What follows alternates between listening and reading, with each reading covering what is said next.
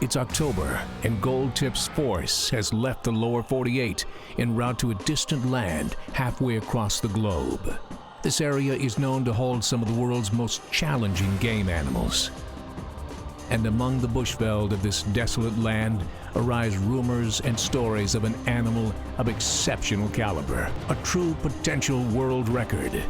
Our team will arrive with one mission at hand as they partake in a hunt that could change a well-traveled rumor into a firm reality.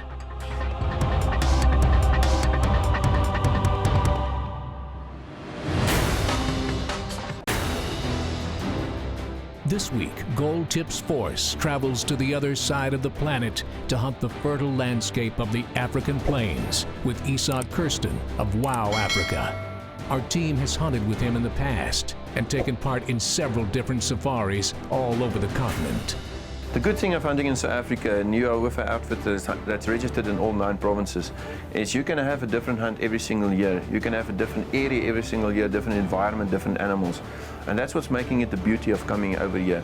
Because where we are at the moment, I can drive a 500-mile circle and I can show you at least 5 completely different areas, from mountain areas to savanna areas to a desert area to bushveld. And depending on what you like or what difference you want, we can offer that and we can show that to you.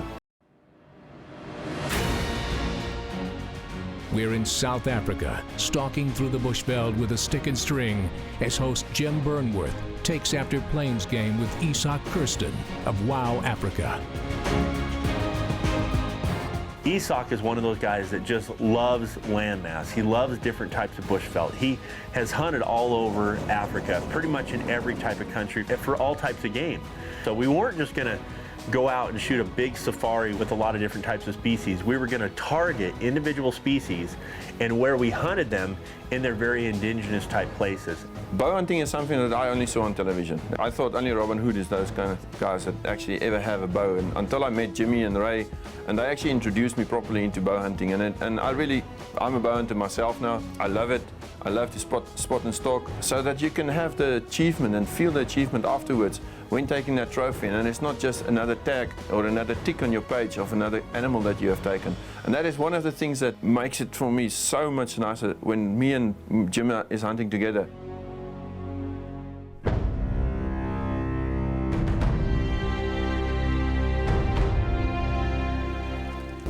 Weather, well, we have a little bit of all of it. Right now we've got a huge thunderstorm coming in right here off to the west. Kind of got overcast skies. We got the bow. We're gonna make it happen, huh? This is absolutely perfect spot and stock weather. We're gonna see if we can get close. And we're gonna use this wind and this rain to our advantage. A lot of times they'll just stand in the shadows and wait for us, huh? That's right. So they're not that, they're not tame, but if you get them in the rain, I told you before, that's the only way that we can walk and stalk. So yes, let's go and try. All right, man, let's make it happen.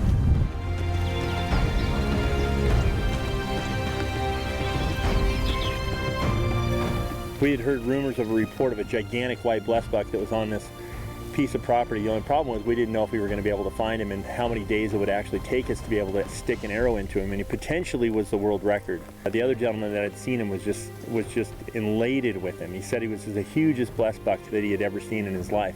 And now we looked up in the record books of SCI, and the white blessbuck is just slightly under 18 inches would be the world record right now. I'm always amazed when I see this. This is all blessbuck dung right here, and this is called a mitten. And this animal has come in here and shown dominance over this particular area, and he'll come back here time and time again. This is a great place to be able to target these big dominant males. Definitely. I mean, look at this. I mean, he's lived here. Usually they're even spread out a little bit more, but this one is really in one central area. Yeah. And notice that there's multiple trails coming into this area, and there's another one right over here. So just like you see a scrape back home, whitetails, these blessbuck will do the same exact thing. Anyway, that's a pretty cool find.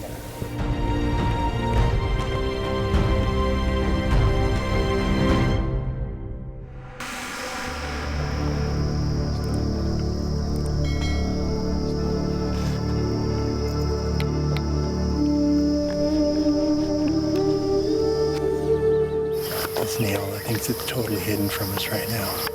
It are very calm by nature. In fact, it's one of the greatest bow hunting animals in all of Africa. And you can sneak right up on him in the bushes a lot of times, but she doesn't really see us as a threat. She just walked off.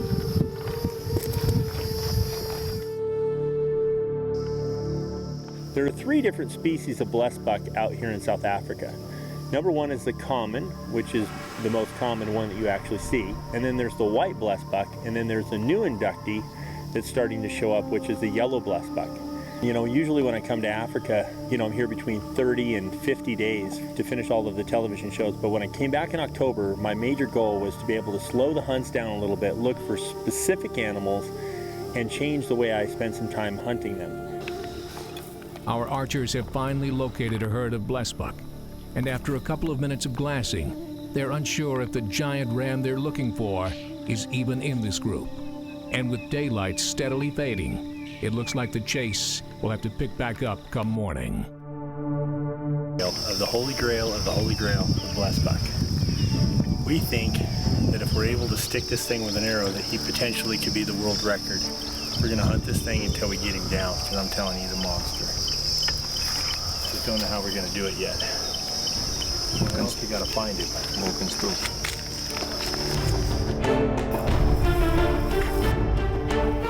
You know, to have an animal of this caliber, I mean, the potential world record within our drafts, we needed a little luck, a little hard work, and a lot of patience in order to make something like this happen. To be here at this exact time and to have this animal alive and within our reach, and then to have all the video cameras so that everybody at home potentially could see us take this animal, what an exciting, incredible opportunity.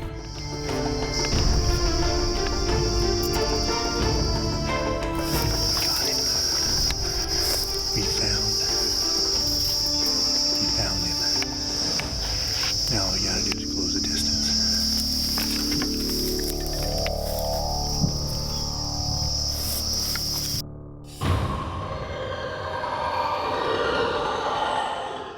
Blessbuck are one of the most difficult animals in Africa to spot and stalk. They work in the open plains areas with the black wildebeest, the blue wildebeest, the zebra.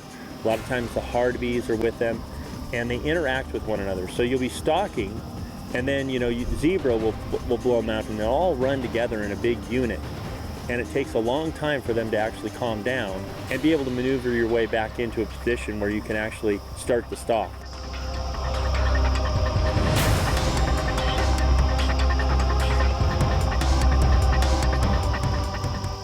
Now, when I woke up this morning, I sighted in my bow, really micro-tuned it. This is open country. These blessbuck interact with each other, and I wanted to be ready. I wanted to be ready so that when the opportunity came, distance wasn't a factor.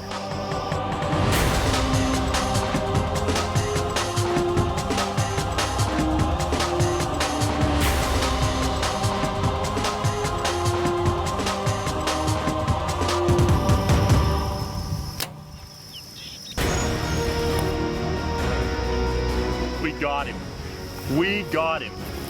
Guys, in a few minutes from now, we X'd him. Absolutely X'd him. A few minutes from now, we're gonna walk up on this big blessbuck, and you're not even gonna believe your eyeballs how big this thing is. I mean, he dwarfed every other one out here. Walk and stalk the real way. It was difficult. I mean, we were about 6 hours on him, and we had probably about 10 chances, but every time he just kept that tad too much, or he runs too fast. That was a brilliant shot, my friend, really. And just in time, because once again the rain is catching us. You can't believe it. So everywhere we go in Africa, it's been raining on us. That time of the year. Blessbuck on the menu, gentlemen. That's on. Looks like I went through a soft spot right there. Yes. A little dark blood. Tell you what. Let's see if we can find it. There he is, right there, blessbuck. Well, Jimmy, there he is. Look at him. Look how wide he is, too. Exceptionally wide, ultra long. Spectacular white blessbuck. I've never really hunted for the book, guys. I've probably got hundreds of animals that would qualify for the SCI, Pope and Young, and Boone and Crockett record books, but I have never really hunted for that. And recently, I really realized that I wanted to start, qualifying for some of that stuff. to leave my mark so that my boys and my grandchildren can see some of the adventures that I got to share with others. And I also thought that it was kind of stingy of myself to keep the data or the information to myself. It probably won't change the way I hunt, but I'm definitely going to start entering them and become a bigger role player in many of it, because an animal like this is truly, truly special. It lives in a special place, and others should actually know about its size and its quality of genetics. So I'll be the first one to enter it for you. Congratulations, thank Jimmy. you very much. Wow, Africa, guys, a potential world record here with a blessed buck and an absolutely wonderful hunt. And I want to thank everybody out there in TV land for watching us every single week. We truly feel blessed for the resource, and outdoor television is getting better and better and better by the day. And this is just an extraordinary animal, an extraordinary place with an extraordinary friend. Thanks a lot. Nice having you, yeah. Wow, look at that, dude. Put your hands on him right there, man. Smile. Smile. Look at everybody right now and smile. That right there is a big one. That right there, gentlemen, is bow food.